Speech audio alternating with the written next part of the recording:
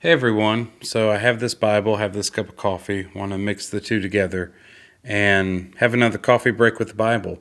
The passage in front of us is Philippians chapter 4. Very action-packed passage, gets a lot of press, a lot of airtime, and there's a remark here in verse number 7, Philippians 4:7, where the inspired Apostle Paul says, "The peace of God, which surpasses all understanding, will guard your hearts and your minds in Jesus." So, Paul is identifying this peace of God, which he says passes all understanding, surpasses all understanding. He's describing a key characteristic of the Christian life, which is our ability to kind of tune out so much of the world and allow our minds, our thoughts to kind of transcend it all. This is a crazy world. I'm sure you'd agree with that. That's one of the few statements I can make that, doesn't have a time stamp on it. No matter the time that this video might be being watched, it's a crazy world. And for the Christian, zoom in on this now. The true Christian who has maintained his close relationship with God, for that Christian, so much of what's going on in the world is just kind of background noise. It's happening around us. We're being affected by it on one level or another. But we're not living and dying with everything that happens around us. We have a peace, an inner peace that surpasses all understanding. That means we look at life and we ourselves might not even understand why. We're taking the mental positions that we're taking on some things. As you get a little bit older, as I get a little bit older, you look at life, stock market retirement, geopolitical wranglings, and all the rest of it. And I don't know. I don't know exactly what happens, but all of it just matters a little bit less than it once did. And for the Christian, that is exponentially the case. We look at this world, this country, our neighborhood. I mean, you look anywhere you want to look, and you see problems. You see things not being perfect, and we have kind of gotten used to it. But at the same time, we're kind of less bothered by it than ever before. Maybe that's the case for you, maybe not. What certainly needs to be the case for all of us is there is an underlying peace. There's an underlying strength. I think about this peace, and I think of strength. I think of the freedom that it gives. Not to be so caught up in everything that's going on, and it surpasses all understanding. I mean, it defies some tenets of reason. I mean, we live in this world, we live in our communities, we live in our states, we live around these people, and at the same time, the things that we see them doing are not an infatuation of ours. We're not obsessed by the things that we see going on around us. We have a transcendent peace that kind of puts it all in perspective, allows us to zoom way out and kind of see the bigger picture. And the bigger picture, of course, for us Christians is that, we're pleasing the Lord. We're not being perfect. No one is, but we're pleasing the Lord faithfully. And that means no matter what happens, we're going to be taken care of.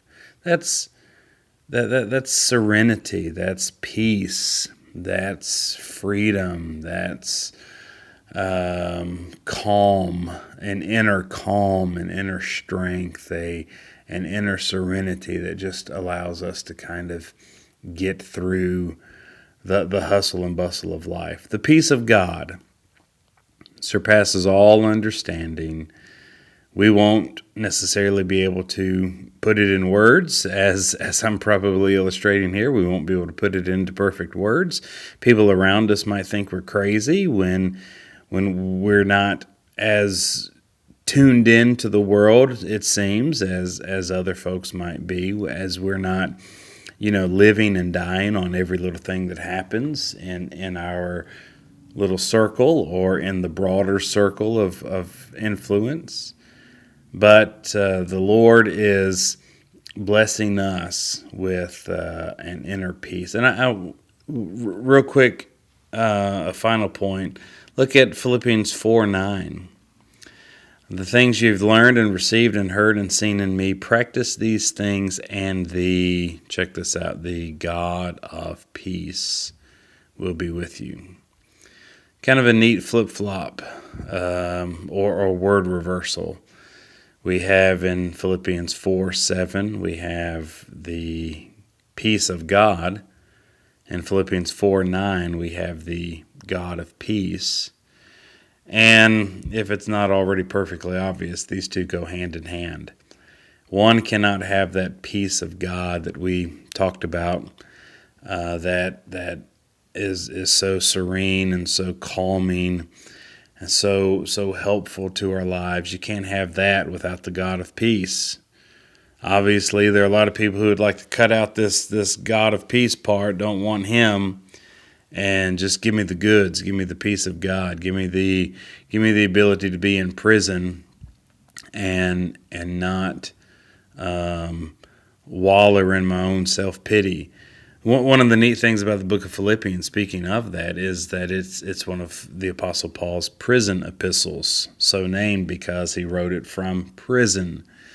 And his ability to be in the moment, but still above the moment, is very uncanny. The Apostle Paul knew, no matter what was happening around him, that there was a bigger picture to it all.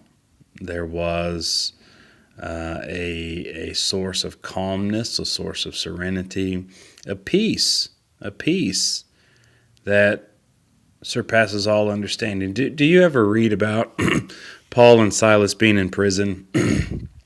And their prisons were obviously much more, barbarous than anything anyone around here experiences.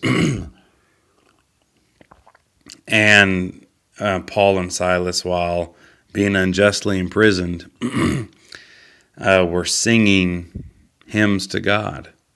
That seems odd. That seems strange. We don't understand. We don't understand that. And that is the peace of God, which surpasses all understanding, on display. You want that? I want that. The ability to be in a terrible situation and yet not live and die on every moment. The ability to be in a terrible situation and still kind of have your mind, your heart, your spirit in a place that's far above it. That powerful transcendence, that peace of God. You want that? Only one place you can get it from, and that is the God of peace. The God of peace gives the peace of God. You can't have the peace of God without the God of peace. That's good stuff here in Philippians 4, verses 7 and 9. Thanks a lot for taking a second to look at these verses and share these few moments with us. Thank you much. Love you. Take care. Have a great day.